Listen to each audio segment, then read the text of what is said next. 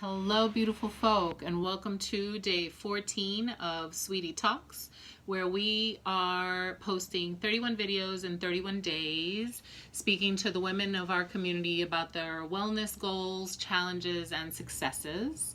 And this is all for Women's History Month, so thanks for listening. So today, I wanted to share that this girl right here got herself treated to a massage. And if I thought I was feeling groovy after the sound bath meditation, I was straight floating on cloud 9 after today's session. Shout out to Angel and Alethea of Elevate NYC. They are the massage therapist truth. And I promise you, I have been spoiled absolutely rotten by insanely talented massage therapists, but Angel is everything. If you're looking for a recommendation, reach out to them, Elevate NYC. I'm going to tag them here in this post. They are Bronx-based. They are relatively affordable. They have a sliding scale thing you can take advantage of. They are crazy talented. They are POC. They're everything under the sun to me, and they are awesome partners. I appreciate them terribly. So check them out. So a couple of things I wanted to share about this massage. This isn't just about me bragging. The first thing that struck me was the effect of the massage, right? So I've been complaining about how it's been so long since I've been able to take a yoga class and how difficult it is for me to be able to get into a class. And, you know, my body is really suffering for it. I've never had, backaches. That's like other people's problems in my world. I've been really lucky to have a really relatively healthy body that has had access to yoga for a long time. Well, now that I don't, I'm starting to feel the effects of the stress that I live under and the lack of resources that I live under and the, constant onness. Can I be off for a minute? So I'm sharing this with you because what struck me the most about my session today with Angel was how effective it was.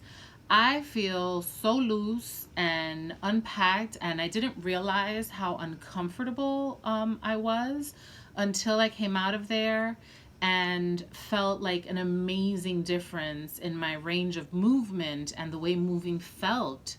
I hadn't noticed that pain had crept up on me and things were really bothering me, and my back just feels phenomenal. My legs, I have all my stress goes to my legs are feeling phenomenal. It's crazy. So I kind of just noticed that after one hour session, 50% of my pain is gone. And that's tremendous. That speaks to me about the validity, number one, of this as a true treatment versus medication versus so many other things, chemical solutions. Touch is an insanely valid healer, an insanely efficient healer, and I'm testament of that today, which is why I wanted to make sure to share this with you. But that kind of brings me to my topic today, which is the cost of wellness, right? So one of the biggest challenges in accessing wellness that affects our community, specifically here in the Bronx, is cost. So one of the ills of capitalism, of course, is that services that are arguably basic to our well-being are monetized, and more often than not, are left out of the reach of those who need it the most, those without the means to afford it. The irony being, of course, that the more you struggle with poverty, the more you struggle with the circumstances of poverty, the lack of food security, stable home environment, stable Con Ed, whatever.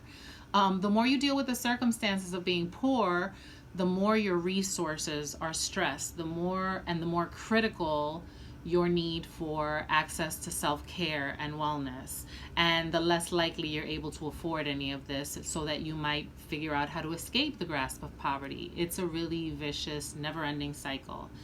As the owner of a health and wellness facility located in the poorest congressional district in the country, I know the struggle, both as the witness and in the flesh. If Sweetwater, we know this, right? If Sweetwater were located on the Upper West or Upper East Side, the studio would have been much more profitable, and it would have been much quicker for us to turn a profit than it has. And I know that the services that we offer require a learning curve of our community, because the truth is that when you're stuck in generational poverty and you even start to come out of it, you're not spending money on things like this. I mean, are the lights on? Is the food on? Is the gas on? Do we have heat? How about some cable? Can we get some TV in the house? Like, there are certain things that we feel are basic to our well-being, and these are the places where our monies go. So if you notice, all of the SWDY clients you've been hearing from, are people that have figured out how to have some disposable income. But the truth is that most families in the Bronx can't afford to pay an extra $100 a month for mom's dance and yoga classes. And that sounds like a sin to me, right? It sounds like we need to reprioritize mom's wellness and the wellness of the women in our lives. But if they do have some disposable income, even if they do have it, it's a really tough sell to have women do this. And even more stressful is kids, right? So if we want mom to have the wellness, what is she going to do with the kids? Childcare, are we going to pay more for that? So I know the struggle. Add to that again, the fact that we at Sweetwater here have children's programming. And let me tell you something. The reason I know that we can do better for ourselves is because we definitely do better for our children. Our client base, the people that have their children here on a regular basis, are the very same people that I'm talking about. These people struggle. They are immigrant families. They are all hardworking families that figure out a way to get the kids here. There are moms that have to ask like 3 different neighbors to come and bring the child, then come and pick them up again at the end of the program. But they figure out a way to get that 120 in so that they can get their kids in the program. And I think it's something, worth talking about. What do we do? We started these videos to start talking exactly about this, and to learn that wellness is not just in the gym or at Sweetwater in a group class. Wellness is, as Raisa and Cindy told us this week, being loving to ourselves, prioritizing ourselves above everything else, prioritizing our mental, emotional, spiritual, and physical needs, figuring out what those needs actually are. Like Chantel tells us, just try some stuff, see how it feels, see if it makes you want to do it again.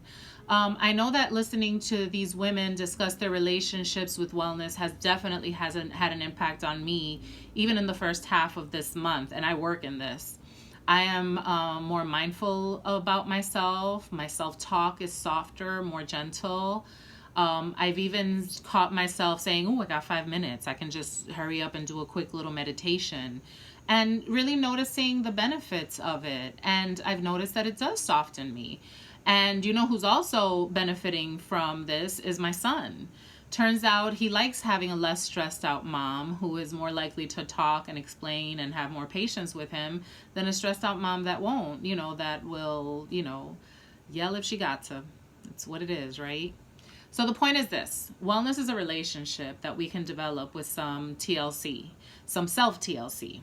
And if we can start with some self-love and self-focus, we may find that opportunities to be kind to ourselves begin to appear.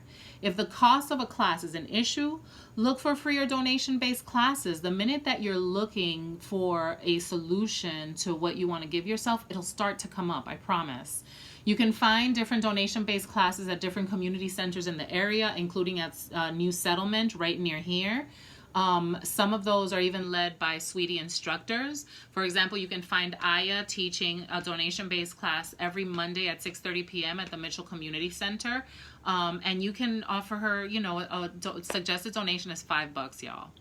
Now, as the winter weather begins to break, you can also start looking forward to the bevy of free classes that happen in area parks. So, for example, you guys have seen us announce classes at Randall's Island. Those classes are subsidized by Randall's Island Park Alliance, but take advantage of them. If you crave more regular attendance and just can't afford it, look for a work study opportunity. Here at Sweetwater, we have a work study program that requires participants to work 4 hours per week in exchange to access to our classes. And what about bartering? I have become the queen of the barter, y'all. In fact, that's how I pay for my massages and Reiki when I can get them. I barter studio space for the treatments.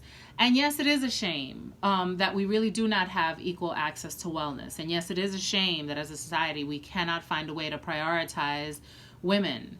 So while sure, it would be great if yoga or any wellness practice were universally available, we really can't wait for our financial and political systems to self-correct before we start taking care of ourselves. So what I'm saying is, sisters, see if we can be inspired to find some gentleness for ourselves and see if that gentleness doesn't open up more access. I know I am inspired by all of you, and that is in turn helping me to become more gentle with myself. So come back tomorrow when we're going to discuss some pointers on self-care. We're going to share the same wellness checklist that we teach in our children's program, which is, by the way, epic. So until then, folk, love and light to you all, and have a peaceful night. Good night.